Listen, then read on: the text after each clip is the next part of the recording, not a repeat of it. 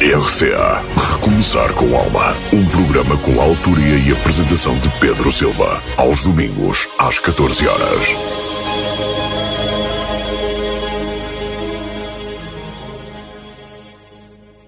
Boa tarde, caros amigos e ouvintes do Rádio Clube de Angra. Bem-vindos ao Recomeçar com Alma nesta tarde de domingo. Hoje eu tenho aqui o prazer de ter à minha frente o Sérgio Nascimento, que nos vai falar não só de si, um pouco sobre si, do seu trajeto, porque o Sérgio não é de cada ilha.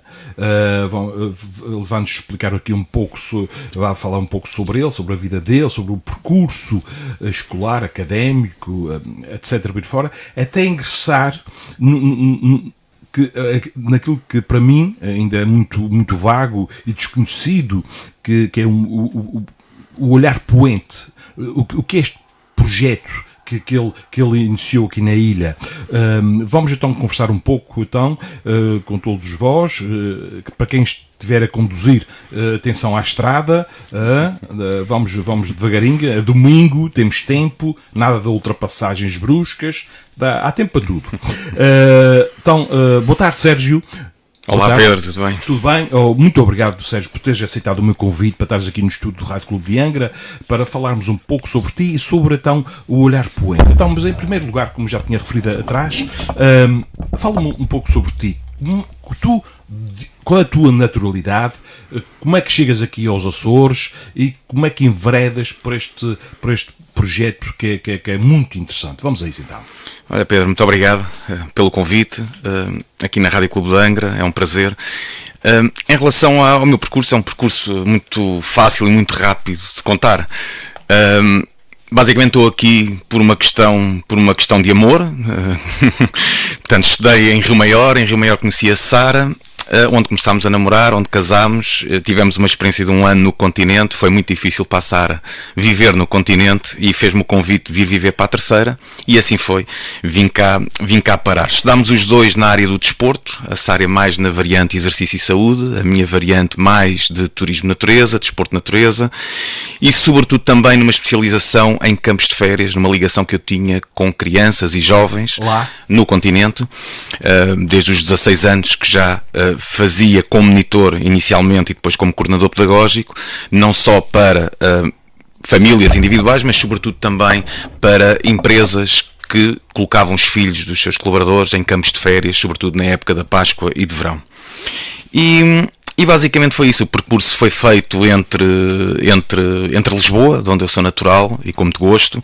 Estudei e vivi em duas regiões ou duas localidades totalmente antagónicas, uma delas num bairro social, em Chelas, e por outro lado estudava na Via de Roma, onde vivia a minha avó, e tive a perfeita noção do que é a disparidade entre uma e outra a nível de igualdade de oportunidades, equidade, igualdade, etc.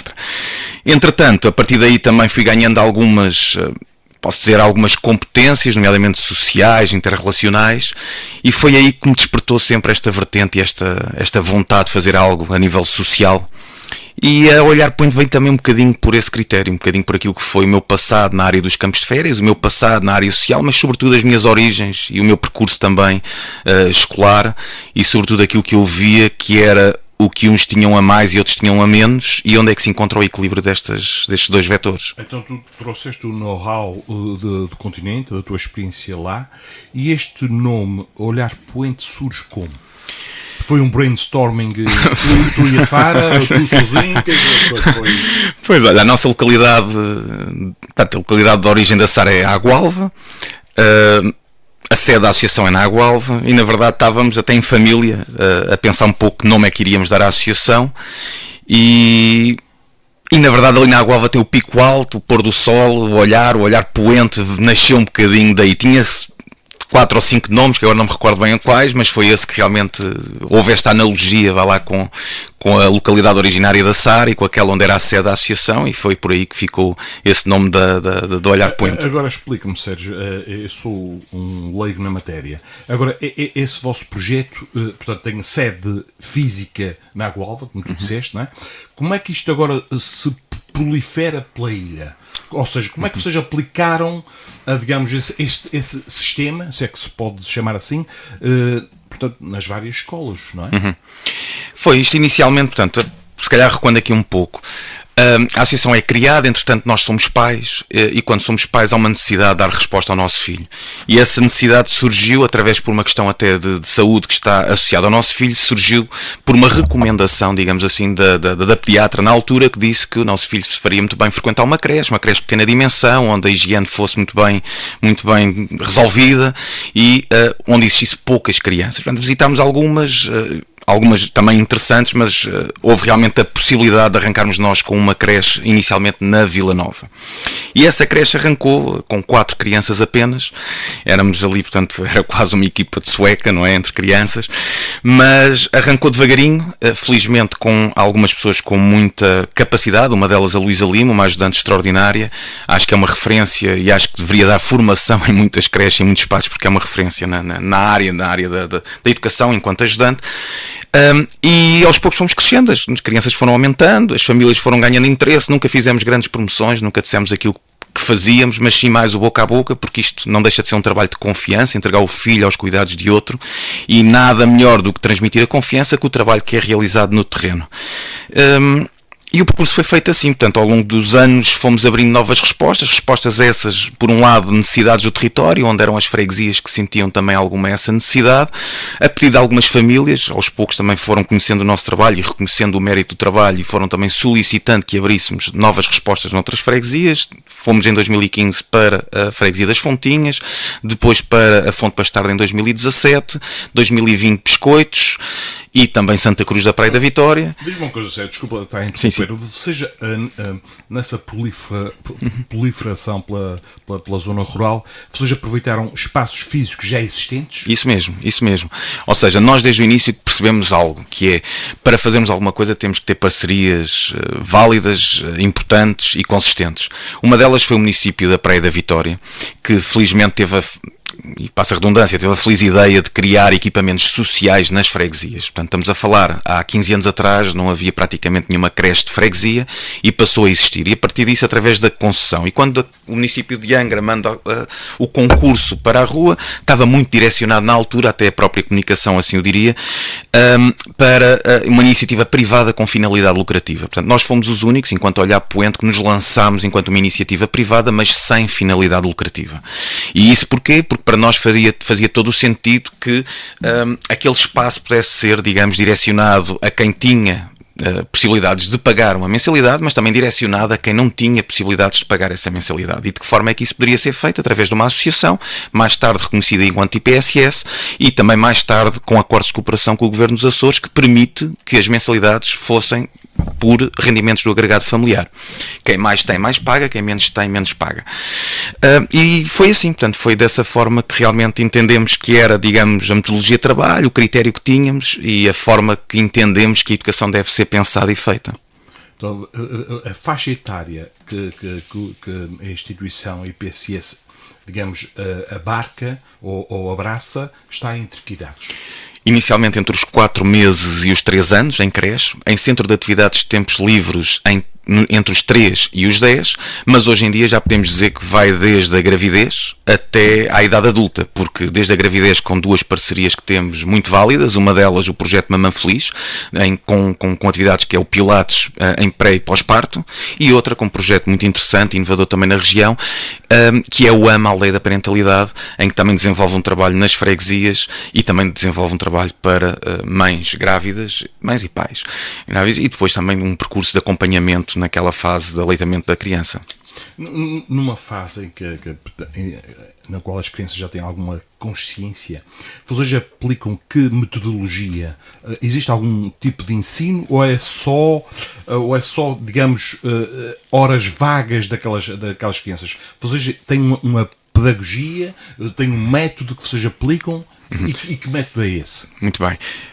Felizmente tivemos, a Olhar Poente, acho que foi sempre bafejada pela sorte, porque sempre tivemos, felizmente também, uma série de educadoras com alto nível e alta competência e também com muito critério e com muito estudo associado. O que é que eu quero dizer com isto? Quer dizer que, como é dito, não há nenhuma creche que seja um depósito, cada uma das creches tem que ter aqui uma linha orientadora e alguma, digamos, metodologia e pedagogia associada. A nossa resume-se a algo muito simples.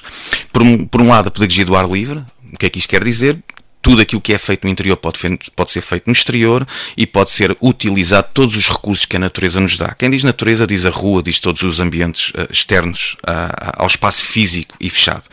Por outro lado, as melhores práticas recomendadas em intervenção precoce, e aqui com uma parceria que temos com a Associação Nacional de Intervenção Precoce, em que basicamente fazemos um trabalho totalmente inclusivo. Ou seja, às vezes houve-se histórias em que crianças com determinado tipo de patologia ou dificuldade ficam atrás e o grupo todo sai e faz atividades depois no exterior e não só. Portanto, para nós, todas as crianças, com ou sem problemáticas, com ou sem desafios ou algo ligado a questões de saúde, são todas elas num trabalho inclusivo. Obviamente isso é super desgastante em determinadas alturas para uma equipa, sobretudo com crianças com problemas, imagino, degenerativos, mas na verdade é a única forma de se trabalhar o futuro, é desde tenridade, e desde tenridade fazendo com que todos percebam as limitações uns dos outros, sabendo também que todos têm potenciais e potencialidades que podem trazer mais valia para os outros. Dou aqui só um pequeno exemplo. Na Vila Nova, em 2020, em período pandémico, em que as terapias estavam todas suspensas em todas as unidades de saúde, hospitais e clínicas, e nós fizemos com que criámos nós algumas terapias e alguns serviços ligados à saúde em que os nossos terapeutas, ou com quem nós contratávamos, davam e continuaram a dar terapias às crianças. E isso fez com que se lançasse inicialmente esse projeto da primeira creche de inclusão e intervenção precoce nos Açores. E muitas vezes isso é discutível por si, mas todas fazem esse trabalho, todas fazem um trabalho de inclusão e todas fazem um trabalho de intervenção precoce, sim.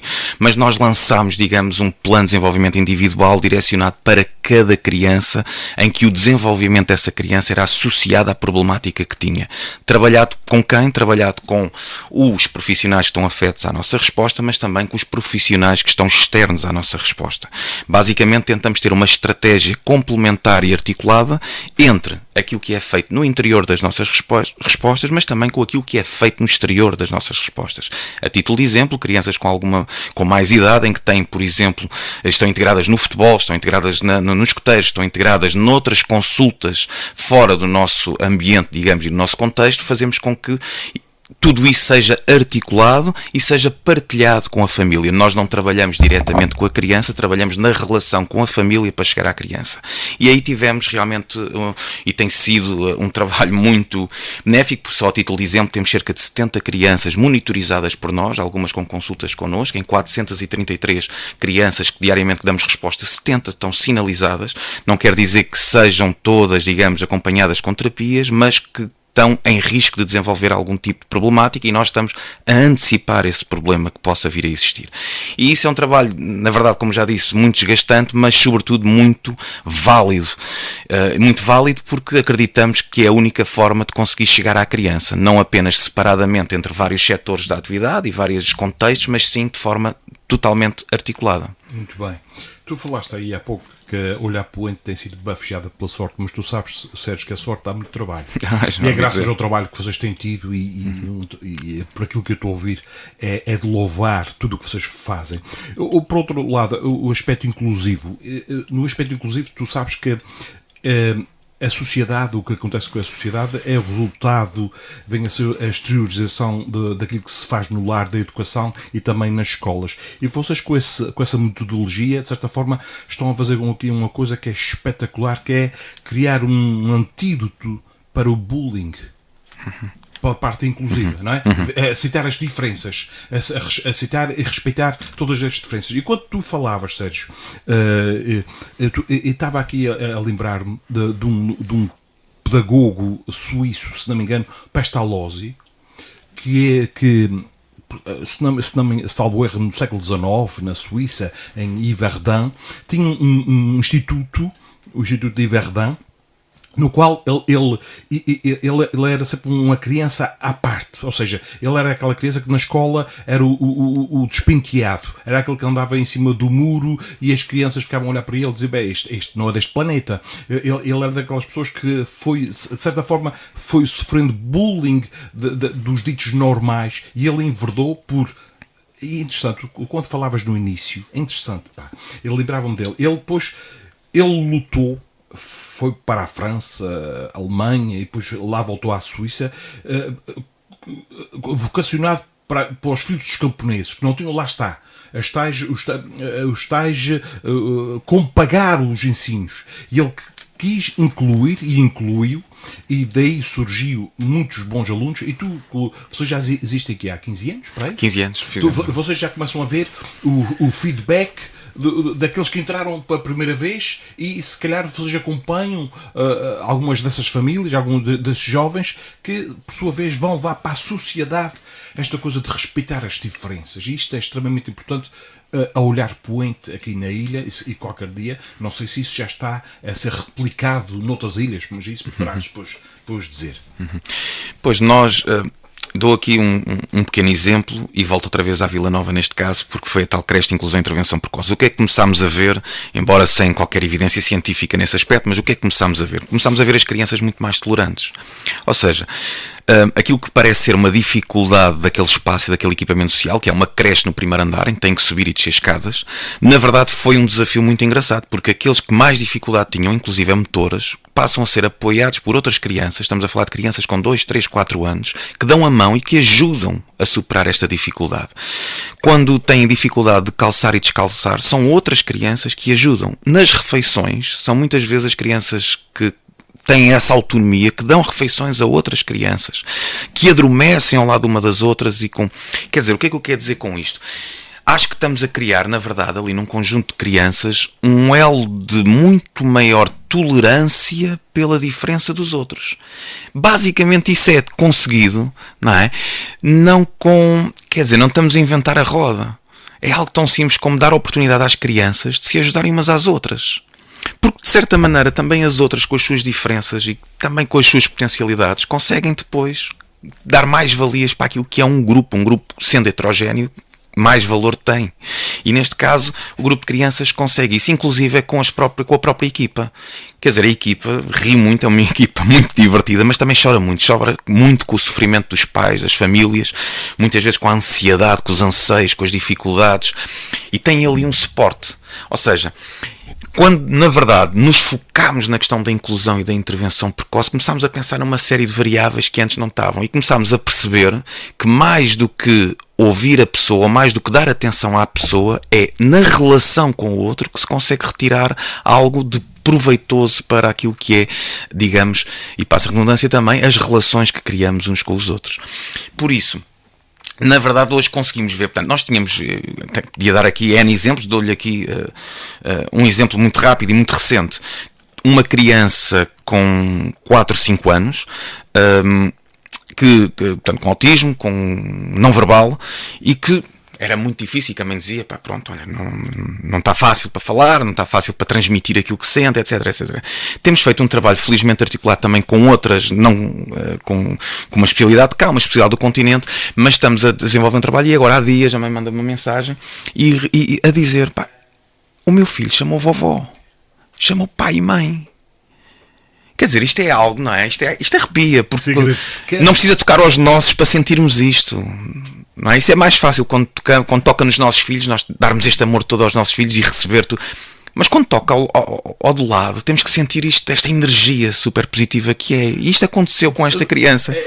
Ou seja, vocês, pelo que eu estou a entender aqui, vocês retiram a pressão sobre as crianças, vocês retiram a pressão para, de certa forma, lhes dar a liberdade, porque, por sua vez, vai levar à criatividade e vai levar que elas, por si só, chamem, lá está, avó ou avô, não é? Vocês não digam, vocês não estão sempre a dizer, diz, não, vocês dão liberdade, não é? Certo. Vocês respeitam aquele ser que ali está, que é único, e porque é único, é diferente e porque é diferente, é especial, para que eles depois comecem. E a outra questão é que quem sofre bullying deve sofrer de uma solidão incrível, não é?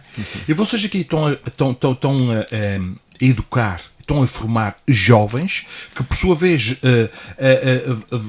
vão ingressar na sociedade, vão ingressar no ensino superior e vão ser provavelmente aquelas que seriam as vítimas se estivessem no ensino normal, digamos assim, mas que estão nesse olhar poente que, por sua vez, terão em conjunto voz, força para combater a bem esta coisa de apontar o dedo ao diferente e de certa forma gozar, como nós dizemos aqui na ilha, gozar com aquele que é diferente dos ditos normais. Vocês estão aqui a criar massa crítica cinzenta que vai ser voz ativa na sociedade, porque eles conhecem-se uns aos outros. Eles vão criar aqui, de certa forma, uma geração que vai dizer basta, vamos educar, vamos respeitar como já repetimos aqui várias vezes, as diferenças entre nós, não é?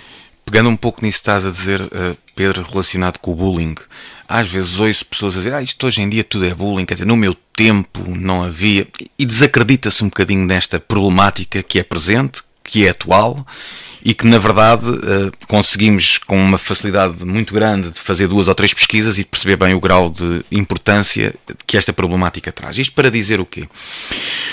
Para dizer que nós, entretanto, tínhamos a creche, o ATL, e depois, em 2020, no período de pandemia, percebemos que as aprendizagens estavam a ficar realmente dificultadas, porque havia muitos alunos que nem computador tinham e havia a escola, já não me recordo bem, escola na televisão, havia aquele período, mas telescola, e havia depois também o acesso pelo computador, e muitos não tinham sequer internet em casa, e essas aprendizagens ficaram complicadas. E nós criámos um centro de competência juvenil em frente à Francisco Ornelas da Câmara.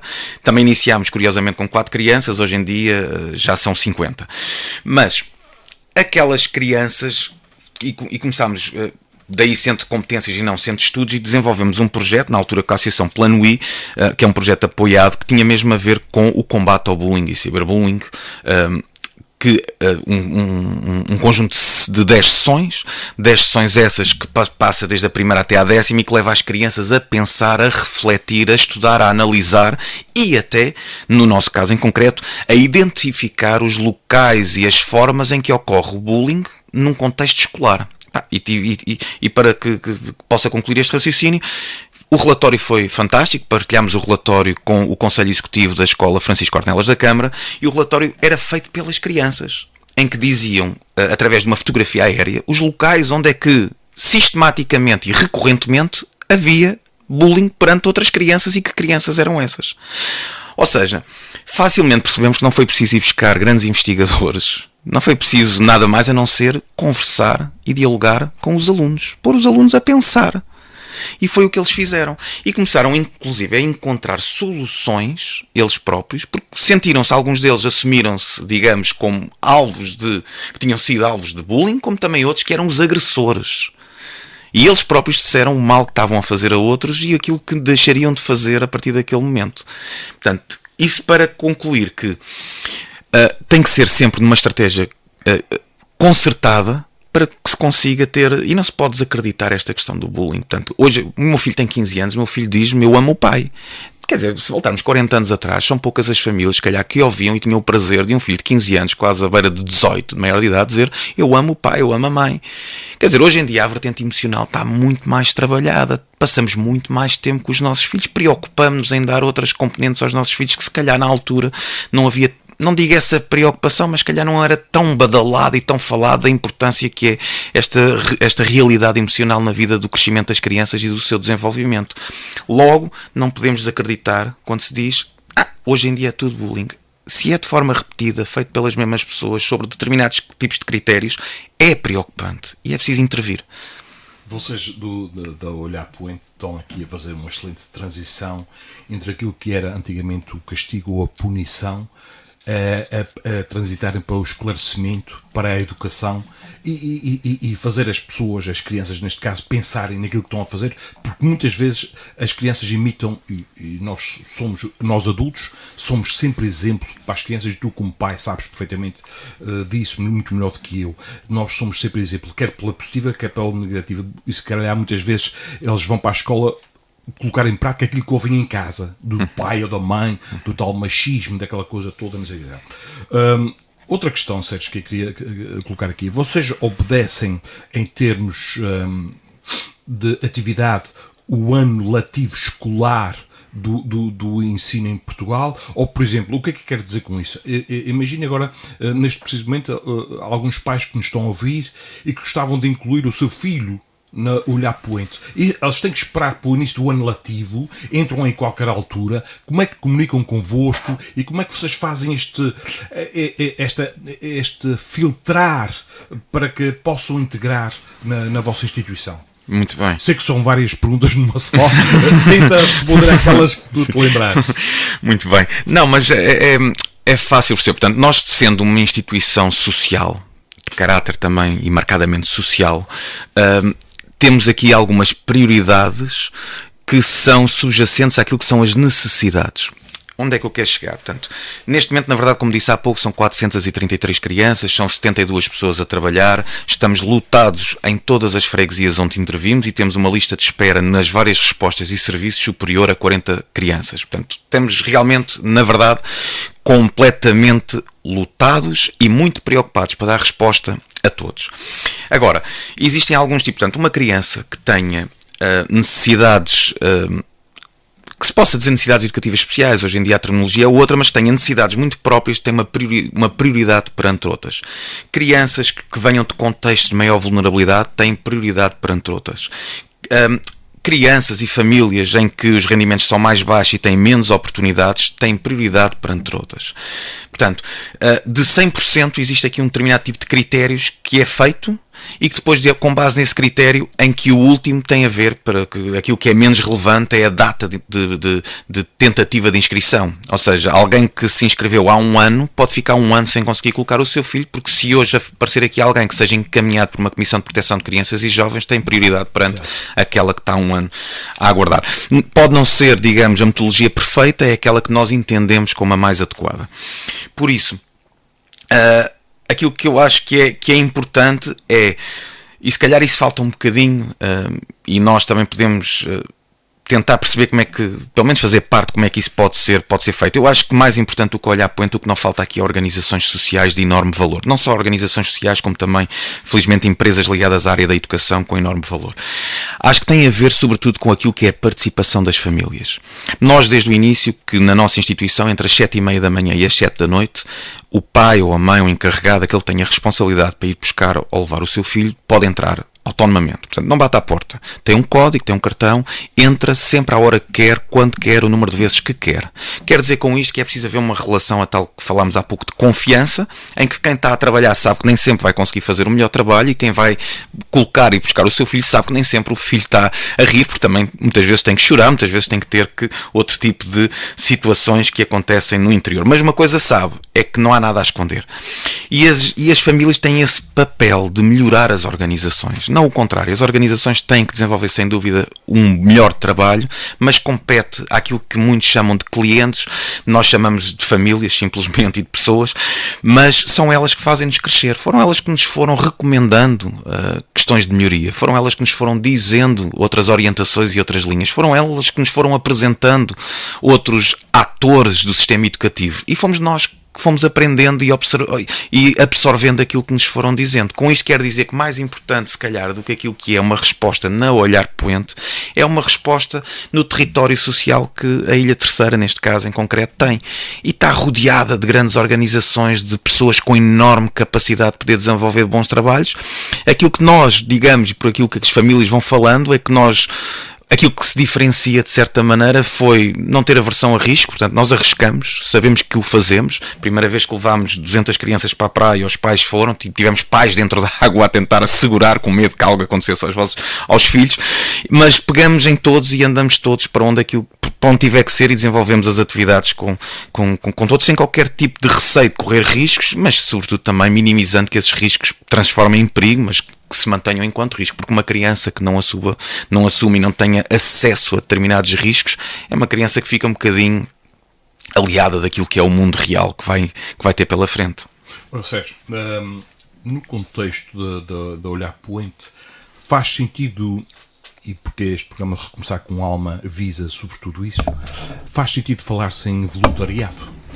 Isso é uma questão muito interessante e partilho aqui algo que foi muito... Nós em 2000... Para nós a pandemia foi um ano extraordinário de oportunidades, porque parámos todos.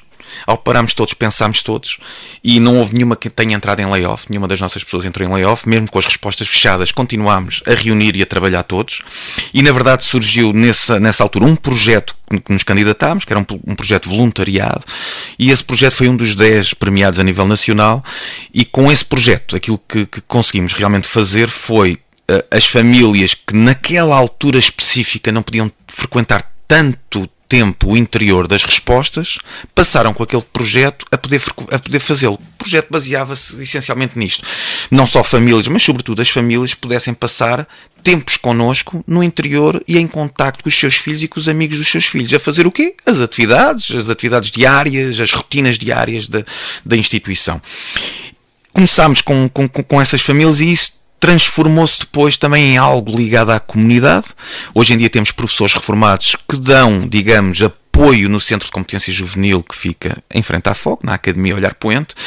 Temos, até recentemente, num projeto SOS Casa, interesse em participar para recuperar casas de pessoas que também estão com algumas vulnerabilidades e que nós podemos, em parceria com outras organizações e empresas também privadas, desenvolver e melhorar essas habitações, e começámos a transformar isso até em voluntariado corporativo, e recentemente com a segunda maior tecnológica da Europa, que veio cá com 23 pessoas e que recuperámos uma habitação de uma família realmente necessitada, em que a própria família também foi capacitada para ajudar e participou no desenvolvimento dessa mesma habitação. Isso para concluir, voluntariado faz todo o sentido.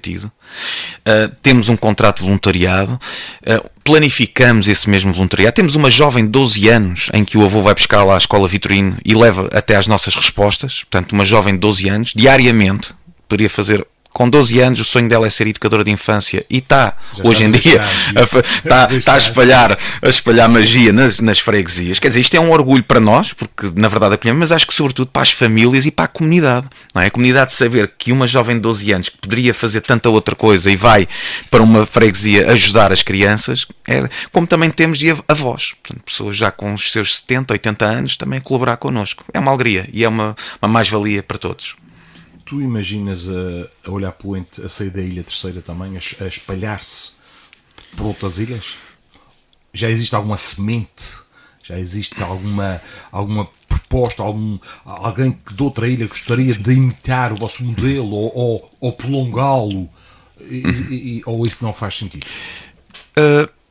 Ou seja, tudo faz sentido quando é feito com paixão e com vontade e, sobretudo, se formos bem acolhidos para a região onde vamos ou para a localidade onde vamos. Felizmente isso tem acontecido em todas as freguesias onde intervimos. Somos bem acolhidos, as pessoas gostam de nós e nós gostamos de trabalhar lá e tentamos devolver todo o carinho que recebemos.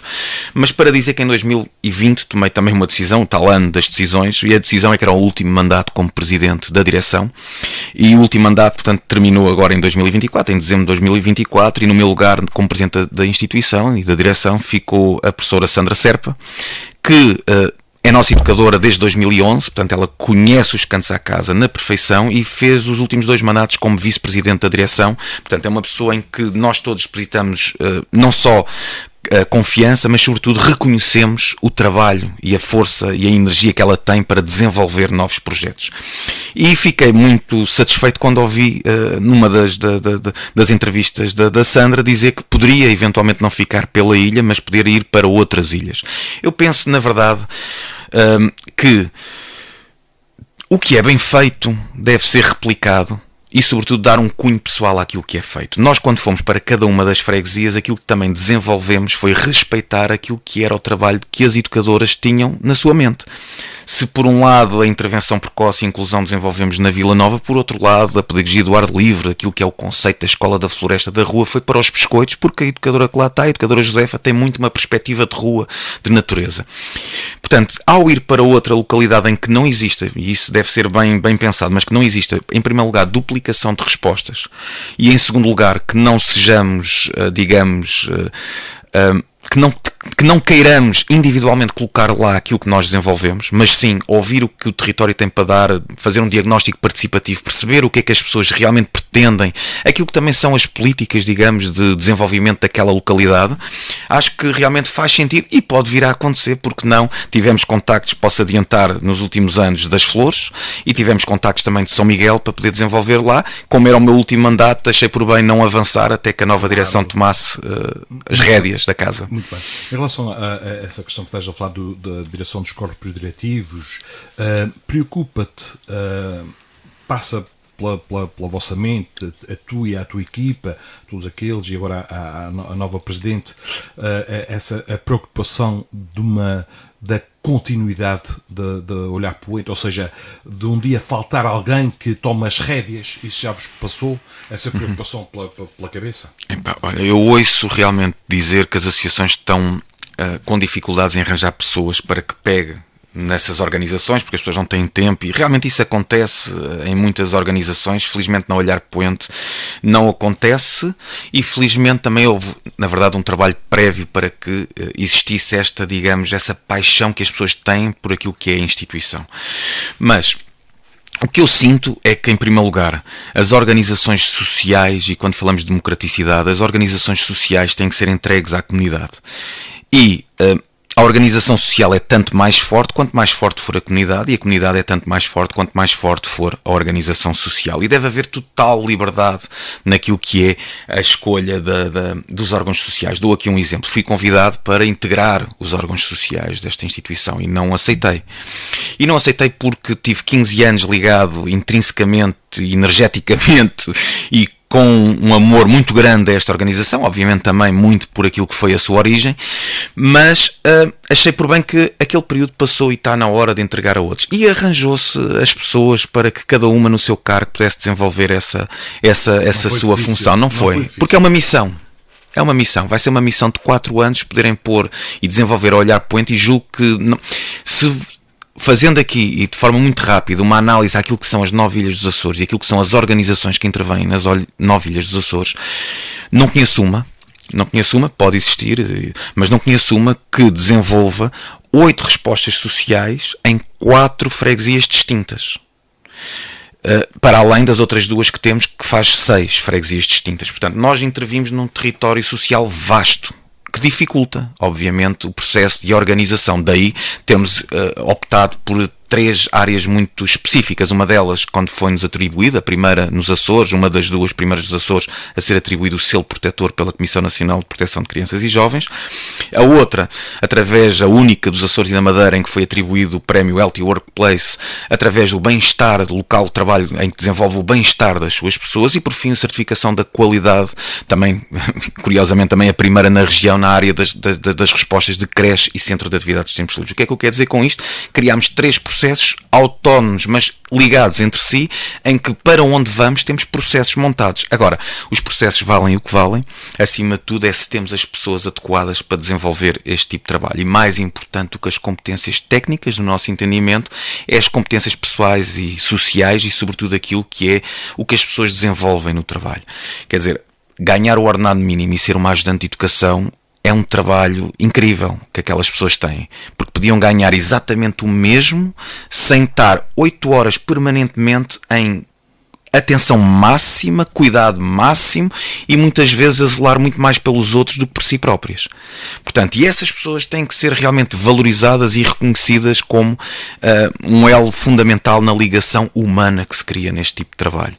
Por isso, olha, continuo muito expectante do que a Olhar Poente possa vir a desenvolver, mas muito confiante com as pessoas que temos, não só na linha da frente, mas sobretudo todas aquelas que não dão a cara, que não sabemos muitas vezes os nomes umas das outras, que os pais muitas vezes entregam os filhos e reclamam até por pequenas coisas, esquecendo que aquela pessoa tem uma vida própria e que muitas vezes também ela é sofredora de outras situações e tem que estar ali saudável, sorridente, a receber e a deixar a criança no final do dia tal e qual como estava no início do dia. Quem sabe, Sérgio, se a continuidade da Olhar Poente não será por parte daqueles que hoje estão a ser auxiliados e por uma questão de gratidão vão querer cimentar, segurar as rédeas desta instituição belíssima, riquíssima, e que faz, juntamente com outras associações, como tu referiste bem, de outras vertentes, de outras áreas, fazem aqui, não só na Ilha Terceira, mas também na nossa região açoriana. Sérgio, foi um prazer muito grande ter-te aqui no estúdio 3 do Rádio Clube de Angra para falarmos deste riquíssimo projeto, por ti, pela tua equipa, pela tua família. É muito bom saber que neste cantinho do meio do Atlântico há tanta coisa a fazer-se. Infelizmente ainda se enfatiza as más notícias, mas nós vemos que o bem está aí a crescer de uma forma silenciosa, está a criar raízes e vai proliferar de certeza absoluta. Portanto, que nos queiramos cada vez mais ligar a projetos como esse, tornando-nos voluntários, divulgando, trabalhando, arregaçando as mangas, porque o mundo será melhor se nós o quisermos de forma individual, de forma coletiva. Sérgio, um grande abraço para ti e mais uma vez, muito obrigado por teres aceitado o meu convite. Muito obrigado, Pedro, e concluo dizendo que muitas vezes fala-se, e disseste bem, a questão das pessoas que às vezes realçam aquilo que é menos positivo, de invejas e tudo. Pá, nós não sentimos nunca isso na Olhar Poente, sentimos sempre acarinhados, e acho que, e termino aqui com uma notícia que me parece sempre muito, muito simpática, é que pela primeira vez os Açores e a Madeira terão uma organização social que foi premiada a nível nacional com uma das 10, com boas ações e boas práticas, e por quem? Por uma universidade em que é número 1 a nível de Portugal e a número 18 a nível da Europa, que é a Universidade Nova, que nos premiou para podermos ser ainda melhores naquilo que é o nosso trabalho. E porque que ela premiou?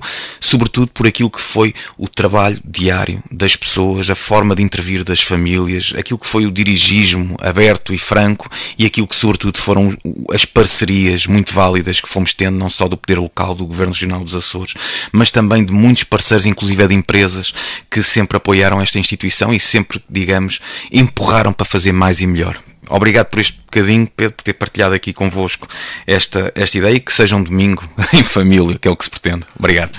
Continuação, então, de muitas felicidades para o Olhar Poente. Muito obrigado pela vossa atenção. Até ao próximo domingo. Bem-ajam. RCA Recomeçar com Alma. Um programa com a autoria e apresentação de Pedro Silva. Aos domingos, às 14 horas.